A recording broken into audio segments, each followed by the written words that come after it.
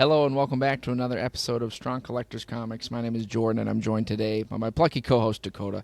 And today we are going to be talking a little bit about some of the books we read last year, specifically more of our favorites. There's some that missed the mark. We're on a mission here at Strong Collector Comics to read every comic ever. So I was sticking more on current issue detail. And Dakota has been digging back through the digital backlogs and covering the past. So at some point we're going to meet in the middle and everything's going to be read. Today, though, we've got our thoughts on the best and maybe some of the not-so-best comics we read in 2024. So for me, Dakota, getting started, I have a couple series that I feel like kind of missed the mark for me last year. And one of them was Avengers Twilight. I don't know. I think we talked about this one a little bit. Yeah, I didn't read it, but the art looked cool or at least for the covers. Yeah, well, the cover they trick you. Alex Ross is doing those covers, Dakota. He doesn't do the interiors, so right away I want to. But I don't think the art inside the book itself was bad. Okay. It's one of those kind of future dystopian stories. You know, it seemed like the premise was like older Captain America. He's kind of Dark Knight Returns-y, the team disassembled, something bad happened, whatever, which I do feel like is a premise that's kind of been done to death. Mm-hmm. I do think it's interesting to see it with different characters and can be done well. For me, it didn't really deliver on that premise. It didn't really bring anything new. Sort of the crux was like, media tech corrupting and taking over society, which for me is like the most basic, obvious plot you could do. Uh-huh. It's like, give me something a little bit more than that. I bought them all to get through it because I got a couple in. I'm like, I got to keep going. But I thought that one could have been pretty cool, and it's Chip Zdarsky, who I'd recently, last year, 2 years ago, read Spider-Man Life Story, which is a top story I really like. I really like his Daredevil. Daredevil. I was a little disappointed. Yeah, you like his Daredevil, so I was kind of like, okay, this should be good. Mm-hmm. Didn't quite hit the mark for me, and I feel like it's going to be kind of a forgotten event that didn't really amount to much, in my opinion. Another one that, not Marvel, but that kind of missed for me, EC Comics. They were doing a return to their like old school, where they do like horror anthologies or sci-fi anthologies. They were called, the ones they rolled out were called Epitaphs from the Abyss, and gosh, now I'm blanking on the title.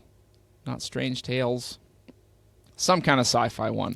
Whatever it was, it didn't really quite capture the vibe, whereas like, I think you're going to do this old school retro thing, and it was kind of modern, kind of retro, kind of fell in the middle, and like with an anthology, I think you need at least a couple of the stories to be good. It'd be like maybe there was one good one per issue for me. So I read a couple, and then just kind of stopped reading those ones, which is a bummer for me because I think, I love that retro, pulpy, old school style shorts. And it just felt bad because they were like our 60-year return, and it's like he kind of rolled it out, and it was like, it felt like they didn't bring their A game, for sure. Because I feel like, at least in the first issue, every short should be a banger if you're like, this is our big comeback, right? So, yeah, that one just kind of bummed me out. So I did not continue with those. Okay. Into the things that, aren't current, but things that I went back and read from the past.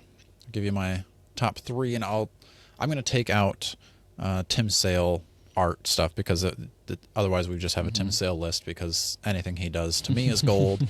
So Tim Sale aside, the top three, I think in number 3 spot, I'm going to probably give it to the IDW Turtles. I read issue 1 through 12, kind of that first collected edition series thing. That was pretty fun. I'd never read any Turtles before that, but overall, like, it was a good introduction to kind of their past, and like, I'd seen some of the cartoons, different versions of the cartoons, and they have kind of their own unique take on the origin of the Turtles. So it was fun. The art was really cool, and there's different, like, within that collected edition, there's like spin-offs of like each turtle gets their own solo book too. So I'm excited to read more of that this year, but I put them in the number 3 spot. Okay. In number 2 spot, I think I'm going to give it to Punk Rock Jesus. This I don't know when this came out, but it was a while ago. Crazy because it was a black and white comic. Usually that turns me off immediately, but my uncle has these framed up, like each one in like individual issues in his house. So I was like, okay, I got to check that out because he's the one who like got me into comics. If he likes these, then I should probably check it out. And it was fun. I sat down, read it cover to cover. I think it's like 6-ish issues. I don't remember exactly. But yeah, that was fun. A lot of like political intrigue. You're like mixing politics, religion, science, all this crazy stuff. Highbrow stuff. Yeah, it was fun. And it sucked you in. Yeah. All right. So if you haven't checked that out, that's probably a more obscure comic that I don't think is very popular. But if you can, I'd pick that up. You can find it pretty cheap. I think I got my like volume for like $5 on eBay. So yeah, very cheap. Okay. And then my number one spot of things I went back and reread, I'm going to give it to House and Powers of X. Now, at the time, if you go back and watch our, I read 600 comics this year. I mentioned that like at the time when I first read it, I was like, okay, I read it, I got through it. It was a good story. But the more I sit with it, the more it just like sinks into my brain and just makes me keep thinking about it and making me want to go back and like continue on past that, because they set up a really cool X-Men like world, and it's very different than I think what they've done with X-Men in the past before that. I haven't read like current X-Men stuff yet. Like this is the most current thing I've read, but like moving forward, I'm excited to see this universe and what they do with the X-Men, because it's pretty cool. Yeah, I know a lot of people love that one, and Jonathan Hickman, he's going to show up in my best list of the year, Dakota, his little teaser.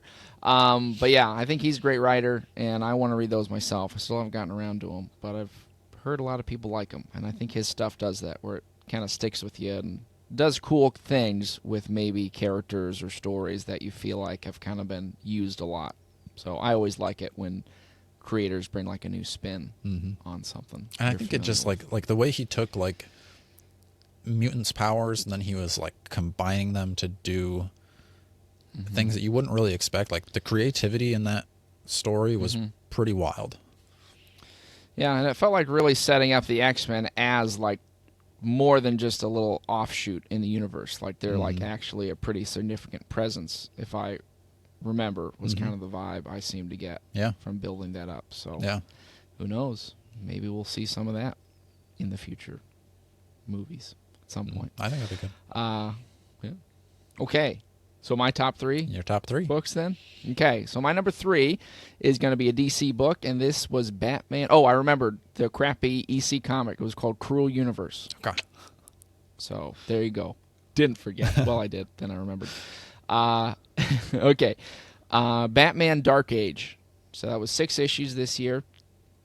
Didn't know much about it. The artist is Mike Allred, who did Madman, created Madman, does that art.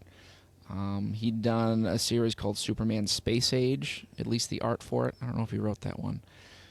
So this kind of ties in a way, but not really. It's kind of its own thing, sort of reimagines Batman. I love the art, so that's a big selling point, but it kind of does like starting almost Batman in like the 70s, and it goes through like there's modern day Bruce Wayne who's old and he's kind of reflecting, but it's not quite what you know from a Batman story, but it has some remixes. I think it's just some cool takes. It was really one that I always look forward to getting the new one, and I would be like, I'm super stoked to read this.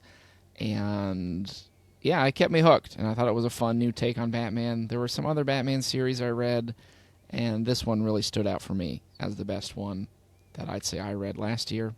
So I'd highly recommend checking that one out. I don't remember if you've looked at his art much, Dakota. You might like it. Yeah. It's a little bit different.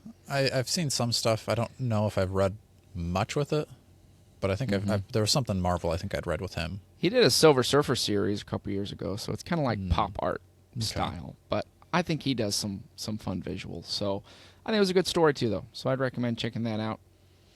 My number 2 spot is going to go to actually I think it would be writer-artist for Punk Rock Jesus, Sean Gordon Murphy, I think. I like his art a lot, and he did a 4-issue series called Zorro, Man of the Dead.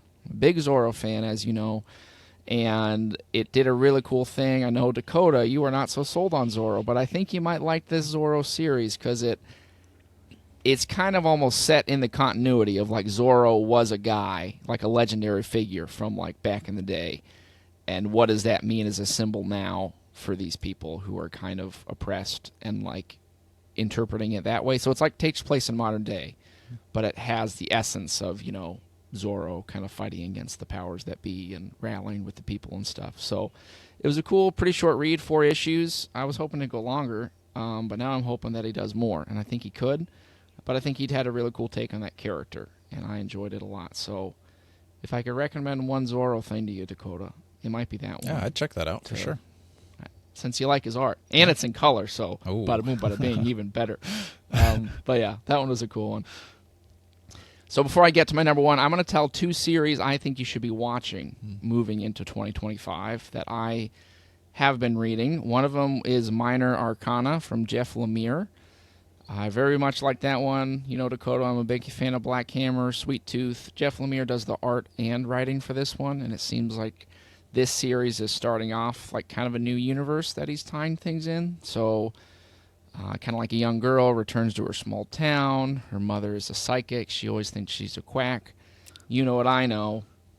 Maybe she's not. And maybe our main character is not either. So intrigue happens from there. It's still ongoing. It's like four issues in, and then they'll do some other stuff. So I'm excited to see where that goes this year. I'm also reading Ultra Mega, which had started in 21, I think. They did about 4 issues, and then that just came back this fall. So that is ongoing. If you haven't read Ultra Mega, I recommend checking that out, and you can get caught up maybe for the next couple issues. Hopefully they don't go on a 3-year break again, but you never know. But I recommend checking it out. I've been liking that one. And then finally, my top series of the year has got to be Ultimate Spider-Man by Jonathan Hickman. 12 issues in now, so we had an issue each month, and I think it is the most consistently good book. Definitely that I read all year, but I think that I've read in a long time. Where it world builds, it's a new spin on Spider-Man. I think it's super cool seeing him as a dad with kids and then getting his powers is a great concept. And they're almost like short stories in a way, like they're all kind of self-contained, but they build and they connect, and it's just, awesome writing. I really think you'd like it a lot when you get to it. Yeah. And I highly recommend checking it out.